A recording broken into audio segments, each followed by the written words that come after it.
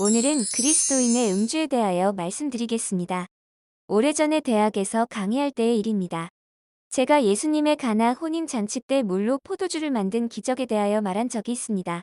그때 어느 믿음이 없던 한 남학생이 저에게 질문을 한 적이 있습니다. 그 학생은 아니 예수님께서 양조장을 차렸다는 말입니까? 라는 것이었습니다. 교실이 떠나갈 정도로 모두가 화한대소한 적이 있었습니다. 성경은 술에 대하여 긍정적으로도 부정적으로도 이야기하고 있습니다.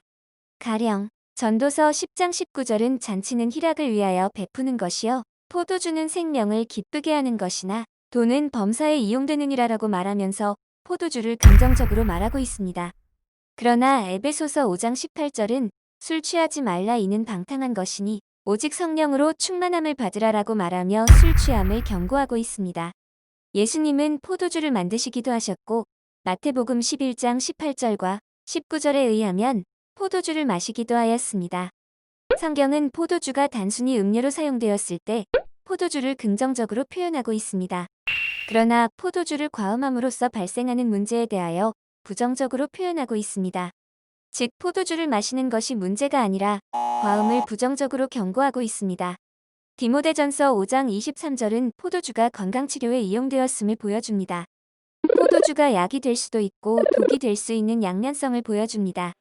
초기 기독교가 한국에 들어왔을 때 일제하에서 한국 사회는 일제의 각본에 짜인 향락, 퇴폐에 찌들어 있었으며 그 중심에는 지나친 음주가 있었습니다. 일제는 한반도에서 세금을 징수할 때 주류세가 차지하는 비율이 전체 세입 중에 약 20%를 넘었습니다. 일제의 합법적인 수탈에 한국인의 음주가 큰 몫을 한 셈입니다. 한국 사회에 이러한 문제들이 화두가 되면서 골머리를 앓고 있을 때 미국의 금주법과 대각성 운동에 영향을 받은 청교도 신앙을 가진 미국인 선교사들이 한국에 있었습니다. 이들은 음주가 경제적으로나 도덕적 그리고 건강에 해롭다고 가르쳤는데 한국 기독교가 금주 문화로 정착한 것에 적지 않은 영향을 끼쳤습니다. 한국의 대표적인 교단인 감리교는 그 당시 절제회를 만들어 금주 운동을 시작했고 장로교는 기독청년 면려회를 창설하여 음주를 비롯한 절제 운동을 펼쳤습니다. 1932년 5월 5일 주만식, 송상석 등의 장로회 사람들은 술, 담배, 아편, 매춘, 악질, 회습 등의 해악을 제거하고자 조선 기독교절제운동회를 조직하였습니다. 요약하자면 성경에서 음주는 식음료로 이용될 때는 긍정적으로 나타나지만 과음으로 인한 문제에 대해서는 엄하게 경고하고 있습니다. 그리고 문화적으로 볼 때 한국의 초기 기독교 문화에서 음주로 인한 개인적, 국가적 손실이 적지 않았고 당시 선교사들 또한 금주운동에 주력하였습니다. 이러한 선교사들의 노력과 초기 한국 기독교인들의 절제운동은 지금까지 교회 내의 건강한 문화로 정착하였습니다. 아무튼 음주가 성도 간의 건강한 교제나 신실한 신앙생활에 무익하다는 사실은 누구도 부인하지 않을 것입니다.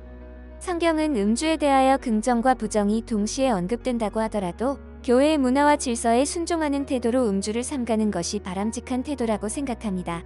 지금까지 기독교인의 음주에 대하여 살펴보았습니다. 다음 시간에 뵙겠습니다. 감사합니다.